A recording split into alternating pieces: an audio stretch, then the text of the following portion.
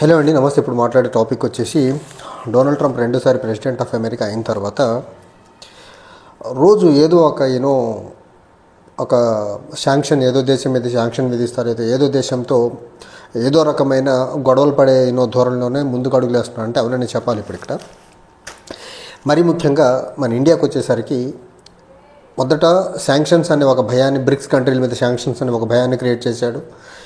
American ఇంట్రెస్ట్కి అగెనెస్ట్గా bricks countries ఏదైనా decision తీసుకుంటే మరీ ముఖ్యంగా కామన్ కరెన్సీతో వస్తేనే ఒకటి. తర్వాత బ్రిక్స్ కంట్రీలో భాగంగా ఉన్నటువంటి చైనా, పార్ట్గా ఉన్నటువంటి చైనా మీద, తర్వాత వేరే దేశాల మీద శాంక్షన్స్ విధించాడు.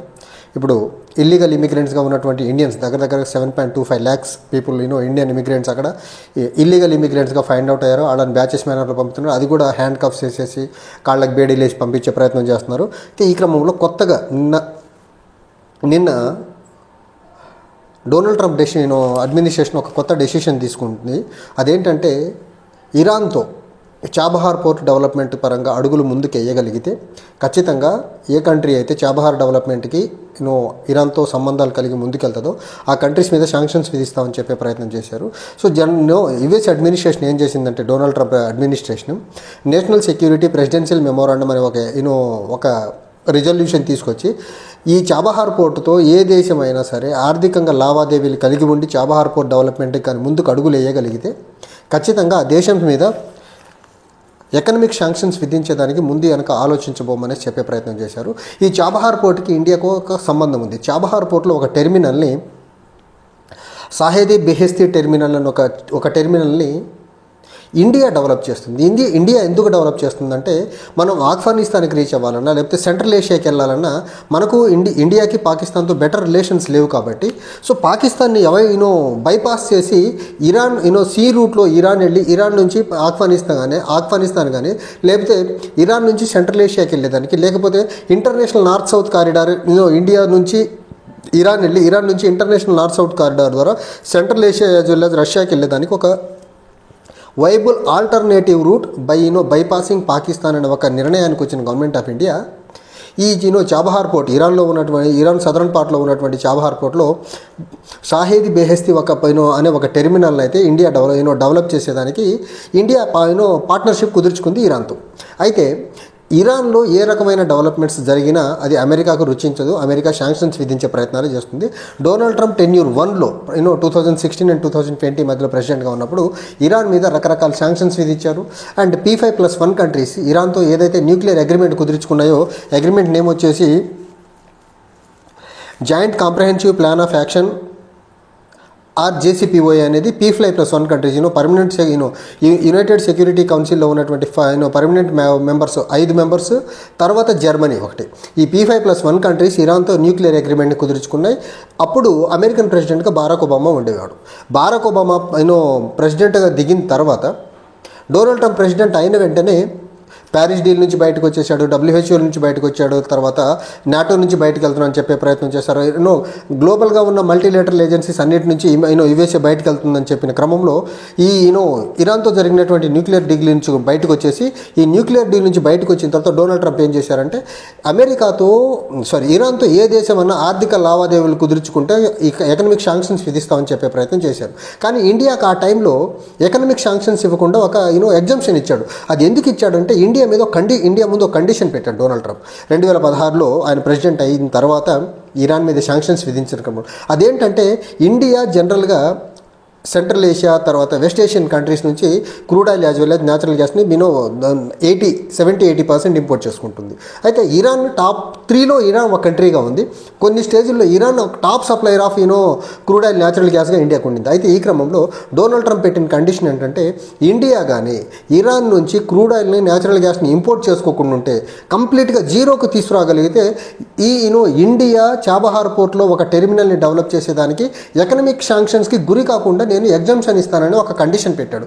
దాన్ని ఒప్పుకున్న ఈ నరేంద్ర మోదీ ప్రభుత్వం 2016లో ఇరాన్ నుంచి గ్రాడ్యువల్గా క్రూడ్ ఆయిల్ న్యాచురల్ గ్యాస్ ఇంపోర్ట్స్ని తగ్గించుకుంటూ ఆ అమెరికా నుంచి natural gas shale gas as well as natural gas తర్వాత క్రూడ్ ఆయిల్ ఈ ఇంపోర్ట్ అమెరికా నుంచి పెంచుకుంటే ఈరోజు టాప్ 3 కంట్రీస్లో అమెరికా మనకు largest supplier of crude oil natural గ్యాస్గా మారిపోయింది.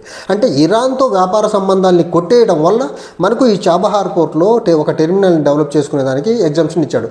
ఆ రోజు ఆ ఎగ్జామ్షన్ ఇచ్చేదానికి సెకండ్ రీజన్ ఏంటంటే ఆ రోజు అప్పటికి ఆఫ్ఘనిస్తాన్లో యుఎస్ఏ ట్రూప్స్ ఉన్నాయి. అక్కడ తాలిబాన్ ప్రభుత్వం రాలేదు, సివిలియన్ గవర్నమెంట్ ఉంది.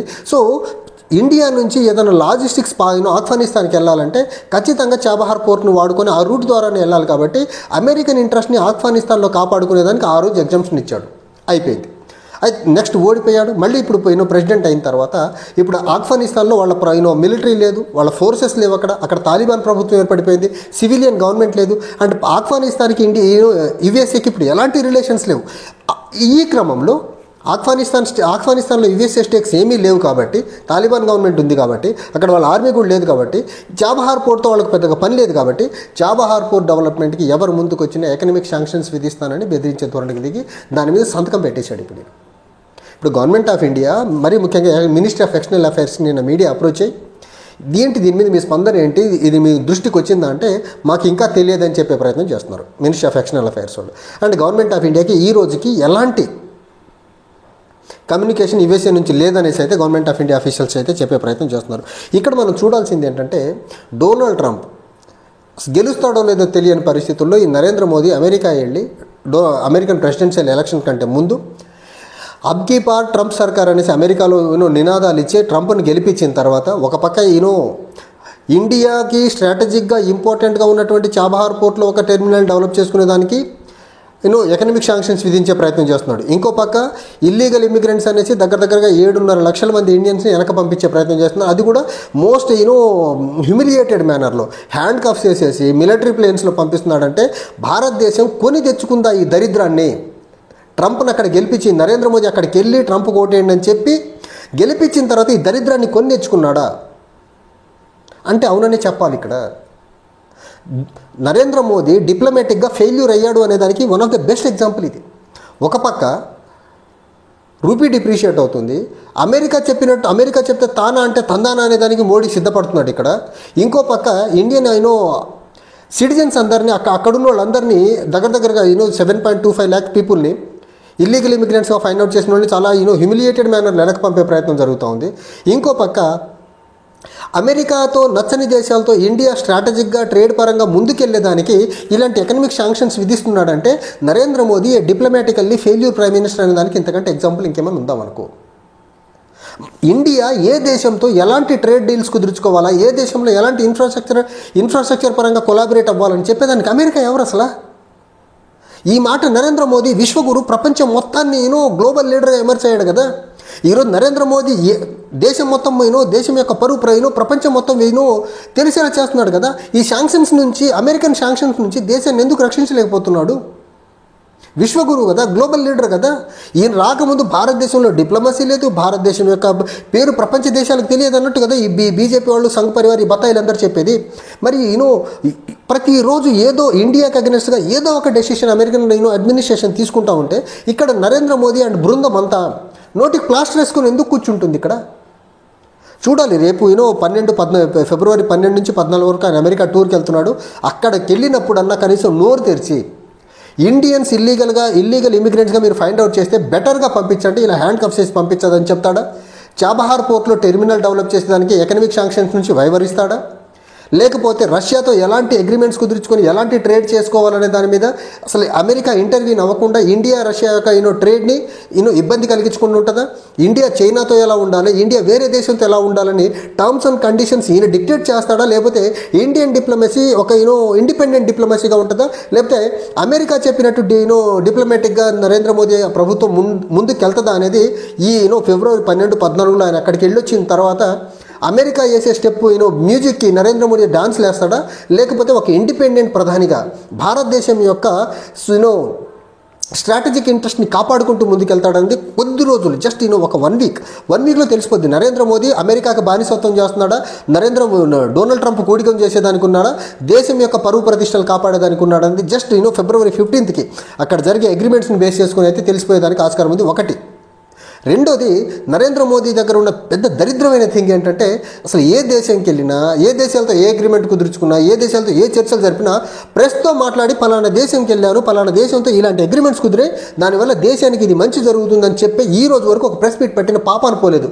మనం ఏదైనా సరే ఇంటర్నెట్లోనో లేకపోతే మ్యాగజైన్స్లోనో లేకపోతే ఇంటర్నేషనల్ డైలీస్లోనో చూసి తెలుసుకోవడం తప్ప నరేంద్ర మోదీ తరఫున ఒక్క ప్రెస్ మీట్ కూడా పెట్టి ఏ దేశానికి వెళ్ళి ఎలాంటి అగ్రిమెంట్స్ కుదుర్చుకున్నాడు ఈ రోజుకి దేశ ప్రజలకు వివరించే ప్రయత్నం అంటూ చేయలేదు.